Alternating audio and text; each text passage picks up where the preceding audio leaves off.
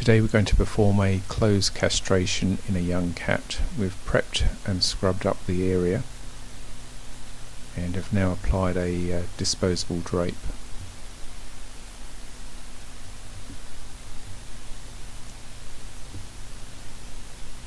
We grasp one of the testicles and tense it against the scrotal skin and make our incision. Just through the skin, not into the underlying vaginal tunics.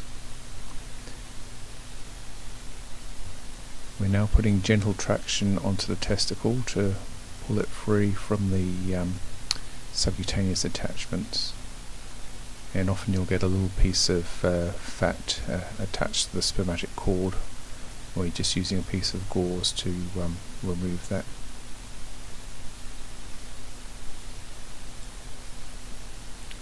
Next we crush the spermatic cord with a hemostat, and then we move our hemostat closer to the testicle and we use the crush to tie our ligature.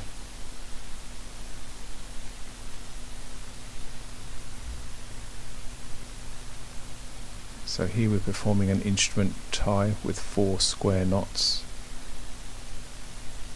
It's perhaps a little bit of a luxury to be using instruments in this case. Often people will just use a piece of suture material and a scalpel blade.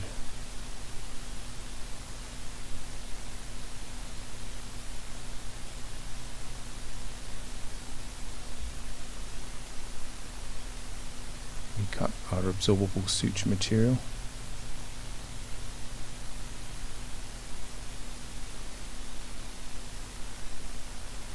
And now we cut across the top of the hemostat to remove the actual testicle.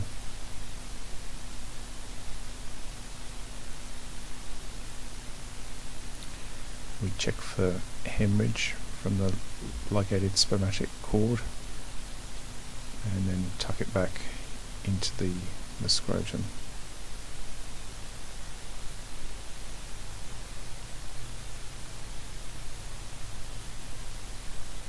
And we now repeat this procedure on the other testicle.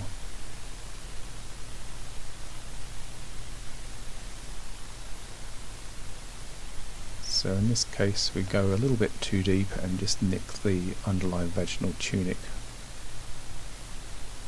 If we're performing an open cat castration, then we would go right through into the vaginal tunic.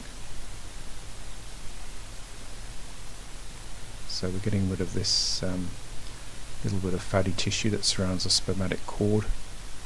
In older cats we may have a little bit more fat than what we've got here. Again, we're crushing the spermatic cord and applying the hemostat, and then we're ligating with 4 square knots using absorbable suture material.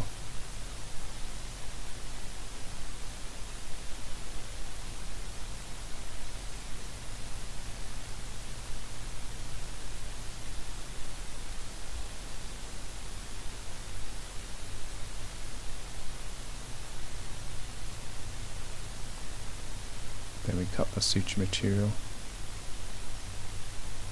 and use our scalpel blade to remove the testicle.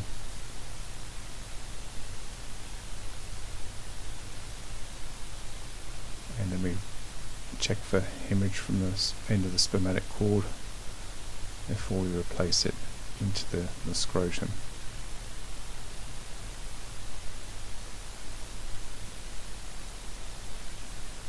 The wounds in the scrotum are then left to heal on their own.